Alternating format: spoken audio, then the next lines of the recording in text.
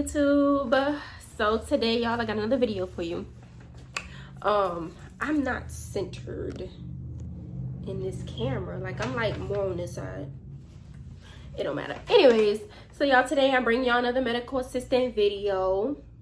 Okay, so today we're going to be talking about standing orders and protocols. Boom, bow, boom. This is actually a sheet of paper. Well, it's not the exact sheet of paper. I copied and pasted it, but I mean, I made a copy of it so I could have it so I could read off of for you guys. But this is anyways, this is protocols that we go by basically to do certain things before the doctor come in the room. So you know how you go in the room first, and of course my air just came on. Y'all hate when my air come on and I'm recording, because I just be feeling like it's really interrupting the video. Hold on, let me go turn it off. Okay, cool. So this is so like, you know how you go room the patient or whatever, and while you're in the room with the patient, you're doing their intake, you're taking their vitals. This is the protocols that we use to kind of do before having to be told, type of thing. You know how like if you do, you know how you do something before they tell you to do it? So these are the protocols we have. I don't know if everybody office is like this. I don't know if you need permission to do these things, but because I've only worked at one doctor's office, so I really don't know how that go. But I know with us, the doctors want us to do as much as we can in that room before they go in and then have to call us back in to do it, you know? So the first one is abdominal pain. I'm not gonna show y'all the paper like that because y'all can't read it. Anyways, the first one is abdominal pain, lower abdominal pain. If a patient come in with lower abdominal pain, you're going to know during your analysis, because most of the time when people have UTIs, they have lower abdominal pain, or they say, I'm peeing a lot, or when I have to feel like I'm pee all the time and then nothing comes out. You know, urinalysis, let me run and, you know, run into a urinalysis test. Next one, abscess rechecks. So, if somebody's coming in to get an abscess checked, you're going to just remove the bandages and leave it out, so that way the doctor come in and just look at it. Not them having to walk in the room and undress the wound themselves and then look at it. No, you're going to undress it before they come in, so that way they can assess it and then they'll rewrap it up. The next one is chest pains.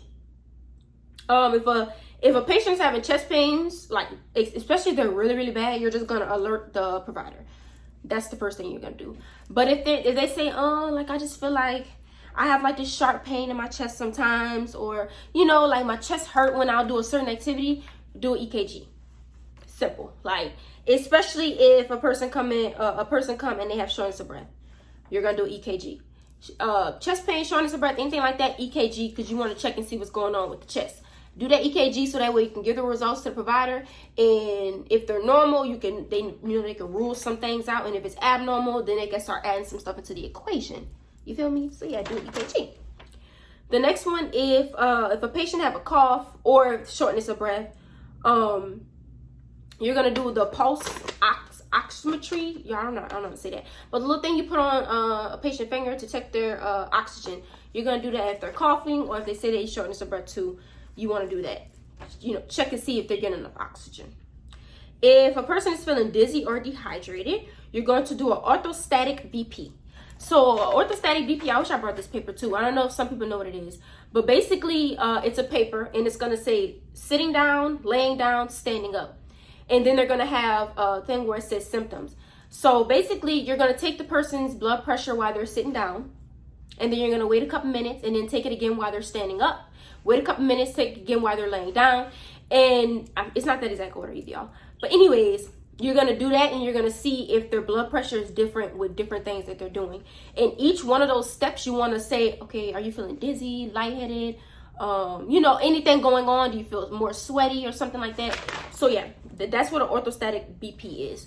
So you want to do that, especially if somebody's feeling dizzy, you want to do that. Okay.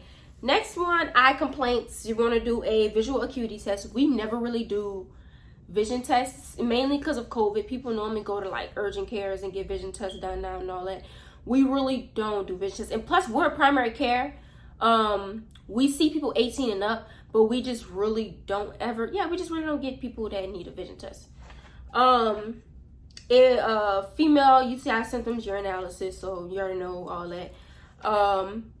if they have a fever, you want to offer the patient Tylenol, ibuprofen, or something like that. But nowadays with COVID, if you have a fever, because you get your temperature checked as soon as you walk in, if you have a fever, we're going to turn you around. So that one never really applied, because if you have a fever, you're not even going to get through the door. Not back in the G, yeah. But now, fever, you're not even coming in. Sorry. It's just the way it is, y'all. Sorry.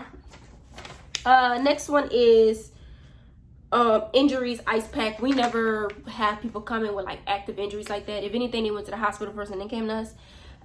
I'm not saying that's the protocol they're supposed to do. It's just what we normally get. I've never had no one where I had to give them an ice pack. Y'all don't even think we own an ice pack in my doctor's office. We probably do.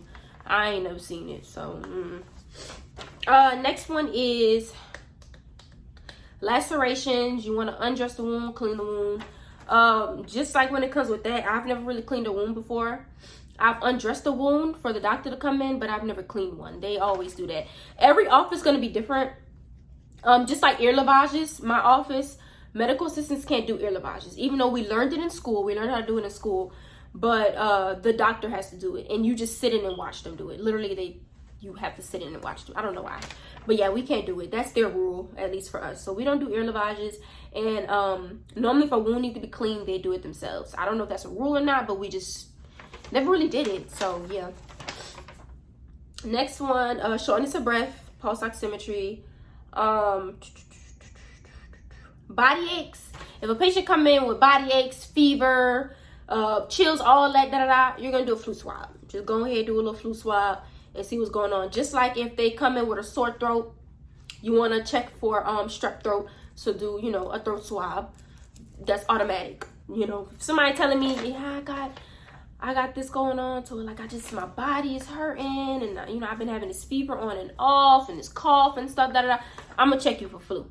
Period. Flu season or not, I'm gonna check you for flu, because I gotta rule it out before my doctor get in and tell me to rule it out. Especially sore throat, strep. Check for strep. Yes. The next one is Optiflow. I get a lot of questions about Optiflow, y'all, so I'm about to break this down for y'all real quick. Y'all, my hair is popping out. Like, that's so ghetto. Anyway, so I'm about to break down Optiflow for you guys. So, Optiflow is going to check, like, the blood flow in your legs, okay? It's going to check the blood flow in your legs and your arms and stuff like that. It's basically, it's checking for your blood flow. The test is going to check if there's maybe something obstructing that blood flow. So, like, you'll do the test, and it'll either say normal, or it'll say severe, significant, what else? Minimal, not minimal. It's not the word minimal. It's another word for minimal that it uses. But anything other than normal, we're going to refer the vascular. So if it says normal, it'll normally say their foot. So it'll say the percentage, and it'll say normal or either another word. If it say another word on either foot, both feet, one foot, we're going to refer them with vascular. And then vascular can do a more in-depth test to see exactly what could be obstructing, or if anything is obstructing their blood flow.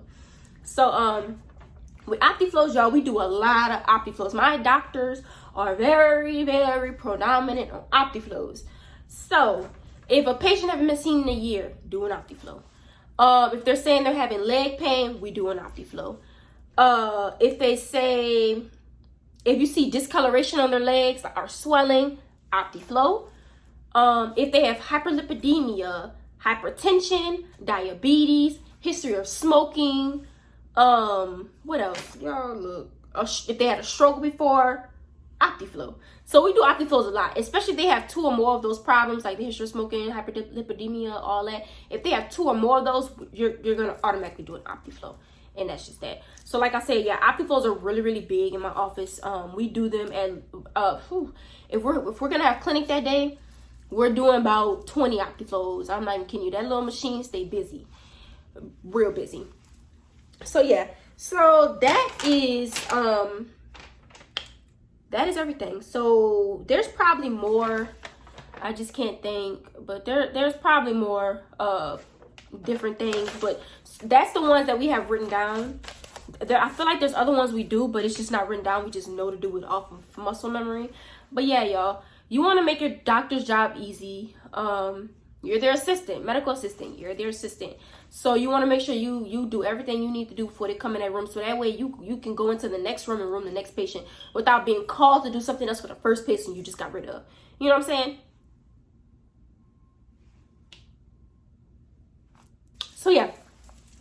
So those are just a few things that I do for my job. So this is standing orders and protocols that you're gonna do for the physician to just make your life easier and their life easier. So you're not running around like a chicken with your head cut off. Like literally, y'all, I know exactly what my doctor gonna ask for before he even asks me to do it. So I just do it. Like literally, I just do it because I'm not about to sit there and be told to do it when I know to do it. So yeah, just make your job easier. Even though I don't. Yeah. So make your job easier. Just don't do no extreme stuff without telling them. Like if you, you know, or like sometimes say if a patient want a flu shot, they're not gonna deny them getting a flu shot. So I'll just have the flu shot drawn up and I'll let the doctor know when you're done with them. Let me know so I can give them a flu shot, or you know, something like that. You know, so it's just like there's a lot of little things that we can do without the doctor telling us. Oh, or another one, one last one, y'all. So say if someone come in and they're saying, you know, I feel real sluggish and stuff like that. You'll know to check their blood sugar. Hypoglycemia can have you feeling sluggish, dizzy, and everything. So like they feel real fatigued and they be like I see stars when I stand up and stuff like that. Check their blood pressure too for that. But check you can also check a patient blood sugar if it seems like it might be too high or too low. So yeah. Alright, y'all, I hope y'all enjoyed this video. I've been wanting to do this video because I know this can make a lot of medical assistants' lives easier. Normally you shouldn't get in trouble for doing things before being told. Like I said, as long as it's nothing extreme that's out of what you know how to do, you should be good. But like I said, we have these standing orders and protocols in every single room because the doctors want to make sure that we know we can do this without them telling us. So yeah, y'all, I hope y'all enjoyed the video. Please like, comment, and subscribe. And yeah, I'm about to keep running these videos up, y'all. Let me know what y'all want to see. I ask this a lot. And y'all don't ever tell me. What do y'all want to see? Oh, and I got my budget video coming real soon. I just got to make sure I get everything organized first. So I did not forget about that for the person that asked me to do the budget video. It's coming. So yeah. But all right, y'all. I will see y'all later. I'm about to go get me something to eat. I played hooky from work today. I am sick for real. But I know I should do this video because I'm really up in this house doing nothing. So yeah, I'm about to give me something to eat. And yeah, I'm going to talk to y'all later.